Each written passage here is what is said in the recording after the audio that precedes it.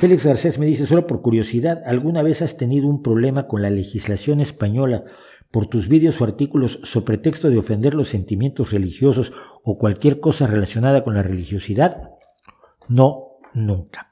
De hecho, nunca en mi vida me han censurado directamente una vez. Yo escribía en el Diario de México y yo escribía de política internacional, opinaba sobre política internacional.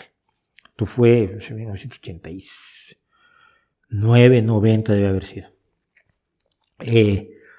No, ¿por qué no hablas de política nacional? Porque no les va a gustar lo que voy a decir. No, sí tienes que hablar. Total, que me dio mucha lata el director del periódico.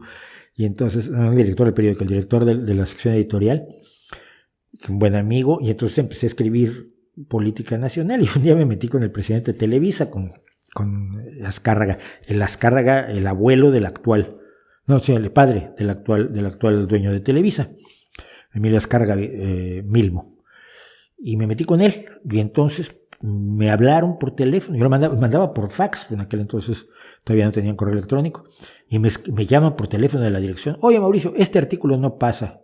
¿Perdón? ¿Cómo que no pasa? No pasa. Entonces, pues escríbete otro. Y a ver, mira, estos artículos que primero me pagan una miseria. Estos artículos son firmados, es decir, yo asumo la responsabilidad de lo que estoy diciendo. Y yo escribo un artículo cuando se publique el que ya mandé. Cuando publiquen mando otro. No, es que no se va a publicar. Entonces ya tienes tu respuesta.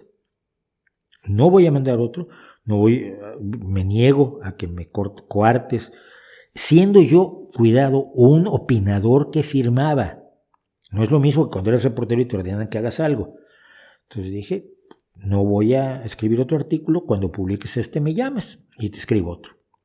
Y bueno, han pasado 30 años, parece que no están muy interesados en que vuelva yo a escribir con ellos.